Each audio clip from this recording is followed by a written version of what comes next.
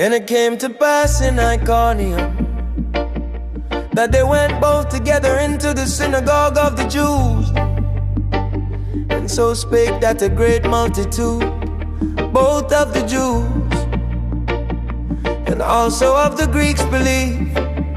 But the unbelieving Jews stirred up the Gentiles and made their minds evil affected against the brethren. Long time, therefore abode they speaking boldly in the Lord, which gave testimony unto the word of his grace, and granted signs and wonders to be done by their hands. But the multitude of the city was divided, and part held with the Jews and part with the apostles. And when there was an assault made both of the Gentiles and also of the Jews with their rulers, to use them despitefully and to stone them, they were aware of it and fled until Lystra and Derbe, cities of Lycaonia, and unto the region that leads round about. And there they preached the gospel.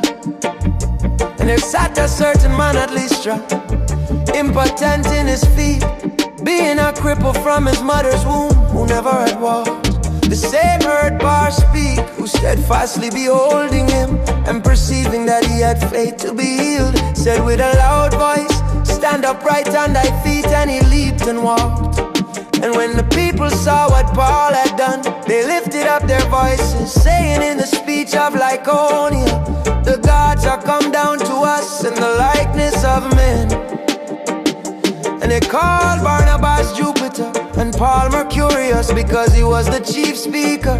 Then the priest of Jupiter, which was before their city, brought oxen and garlands unto the gates, and would have done sacrifice with the people. Which when the apostles Barnabas and Paul heard of, they rent their clothes and ran in among the people, crying out and saying, sirs, why do we these things? We also are men of like passions with you, and preach unto you that ye should turn from these vanities unto the living God, which made heaven and earth and the sea and all things that are therein, who in times past suffered all nations to walk in their own ways. Nevertheless he left not himself without witness, in that he did good and gave us rain from heaven and fruitful seasons, filling our hearts with food and gladness.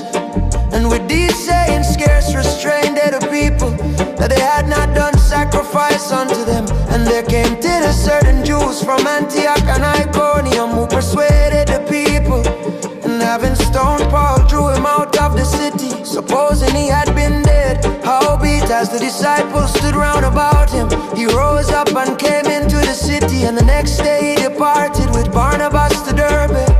And when they had preached the gospel to that city and had taught many, they returned again to Lystra and to Iconium and Antioch, confirming the souls of the disciples and exhorting them to continue in the faith, and that we must through much tribulation enter into the kingdom of God.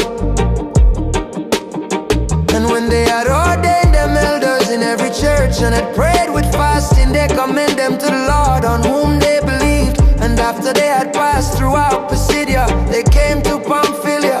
And when they had preached the word in Perga, they went down into Italia, and then sailed to Antioch, from whence they had been recommended to the grace of God for the work which they fulfilled. And when they were come and had gathered the church together, they rehearsed all that God had done with them, and how he had opened the door of faith unto the Gentiles. And there they abode long time with the disciples.